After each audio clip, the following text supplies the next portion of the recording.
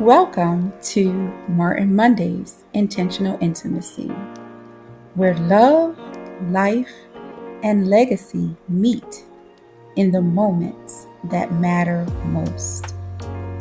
Every week, I will share sacred reflections of my 30-year marriage before Martin's passing, as well as our life now without him. May these reflections help us live with more weight, warmth, and wisdom. Martin was a letter carrier by profession, but a life carrier by purpose. So let's take a moment and let intentional intimacy speak. Hello, hello, hello. Welcome to episode 29 of Martin Monday's Intentional Intimacy. I'm your host, Paula Hollis. And so this episode is airing the Monday after Valentine's weekend. And so I thought this would be an interesting story to share regarding Martin and his love for me. So this is entitled Love is in the Lotion. So, there's some things that we don't really plan to remember forever. So they don't arrive with music or bells or whistles or meaning or anything like that. They kind of just happen. And that's what this story is all about, right? So I recall there was one Sunday I was leading worship at our church. We have multiple services, and the last service is the one that gets live streamed. The first service is private in that regard. So I remember this particular Sunday, my voice was ready, my heart was ready. I'm all prepared for what needs to go. But obviously, as much as my voice and heart were ready, my elbows, they weren't. So here's what happened. Martin, he had come to the first service like he always did. He was always present, always supportive. I always appreciated that and valued that about my husband. And he was planted right up front. He was right down at the altar during praise and worship. And so then between the services, um, during the worship, like he moved, right? He wasn't at the altar. Like normally, he would stay, in the service and he would sit in the audience. But when I noticed, like towards the end of that first service, he was no longer in the audience where we would normally sit. And I'm like, well, where did he go? Right. So he had left the sanctuary. I'm like, well, I hope everything's okay. I'm wondering.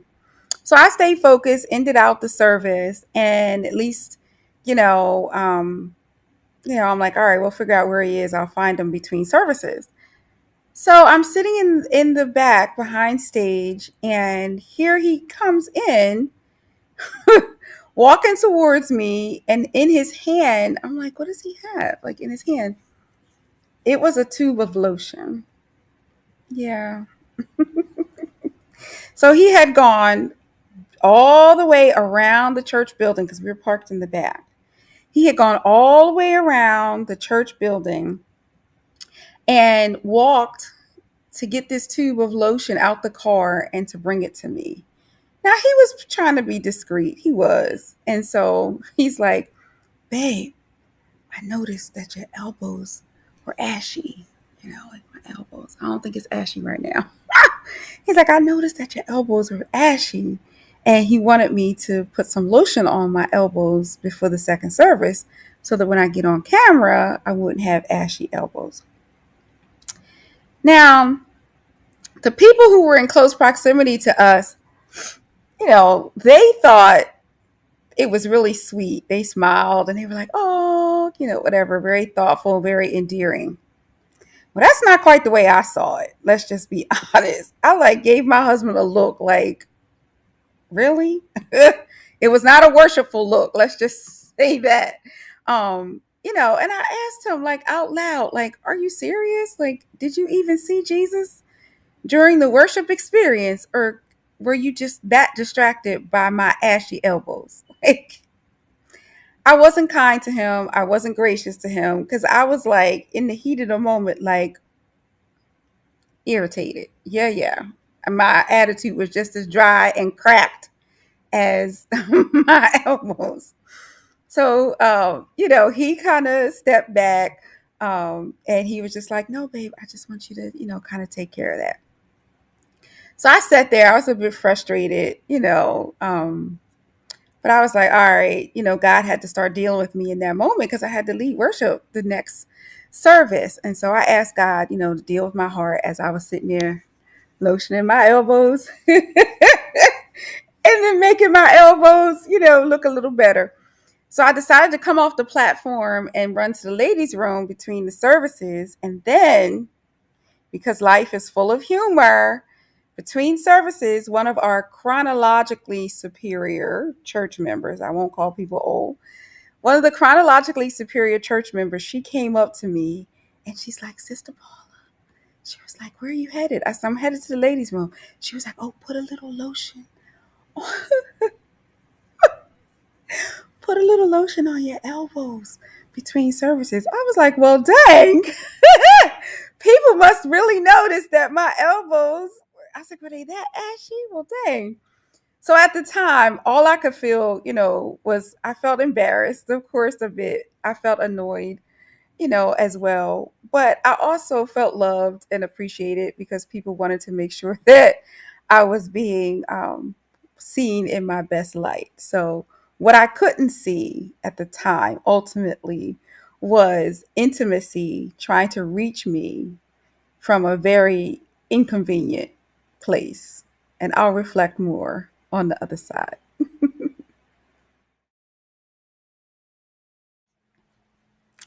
Okay, let me reflect on this lotion. Time has a way of changing the way that we hold our memories. Because I'm going to be honest, that day I didn't see anything endearing or great or wonderful about that transaction. But looking back now, I don't see interruption anymore. I actually see intention. Yeah. You see, Martin, he didn't just, leave worship because he was distracted. He left it because he was actually paying attention. Yeah. So later, when Martin and I talked about it, when we got home and I was a little more calm, he told me his why. And he said that he wanted me to always be seen in my most favorable light, and that he didn't want anything about me to be personally distracting because he knew my heart. And that as my covering, he felt responsible to make sure that I was okay and to notice, not just to notice, but to also provide a solution. It wasn't like he noticed it, sent me a text message and told me, to do it. No, he noticed and he acted on it and he did something. Because you see, love doesn't always announce itself gently. Sometimes it shows up in the practical. Because that was very practical for him to do that.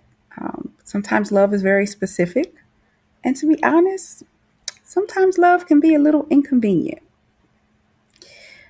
Sometimes the very people who love us the most do some things that get on our daggone nerves. It does. Not because they want control or they're trying to dominate or anything like that, but really ultimately, at the heart of it, they care. Intentional intimacy, it's not about just candles and conversations. Sometimes it's some lotion. Sometimes it's noticing what no one else might say out loud. Sometimes it's choosing to protect someone in a way that actually creates a risk of being misunderstood. Are you willing to take that risk? I didn't receive it too well that day. I'm just going to be honest. Paula wasn't on her best. But grace has a way of catching up to us. Years later now, I smile. I really do. I smile every time I lotion my elbows, and I'm like, "You looking, Brother Martin? Are you still watching, baby?" I really do. It's like a big laugh for me, and it brings me some joy and comfort. And my kids tease me about it too. Like, "Mom, you do your elbow." Like it's like a recurring love thing now amongst our family, because honestly, what once felt like annoyance, it has become a loving, gentle reminder that I was seen, that I was loved, and that I was covered. Yeah. Now, my prompt to you this week is to notice a small way that someone has tried to care for you, especially if it arrived a little awkward, right? And it caught you off guard, kind of like it did me. But I want you to notice, where is someone seeing, caring for, loving, and covering you? You don't have to necessarily correct the moment, but receive it. Receive it in the spirit of the love that they're giving it to you. Because ultimately, love doesn't always feel romantic. Sometimes it just makes sure that your elbows aren't ashy. So stay hydrated, and I'll see you next week. Take care. Martin Mondays continues on Tuesday with the Tuesday tea. Check it out and join me and take a sip.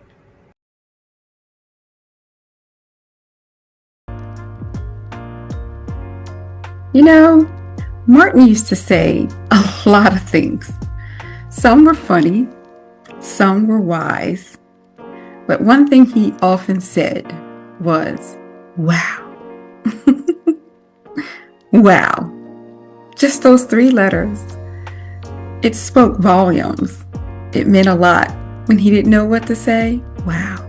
When he was excited about something, wow. When he was confused, perhaps, or even frustrated, he said, wow. And he's still saying wow. Through this bracelet, he's still saying wow, because he's still saying, may your whole life prove that God is good. And so in closing, that's my hope for you this week. May you have wow moments as you too are living out legacy. Live in the wow. Live in the reality of knowing that your whole life is good. Live in the heartbeat of Martin Mondays and intentional intimacy. May that anchor you in this week as you build legacy, one wow, one moment at a time. See you next week.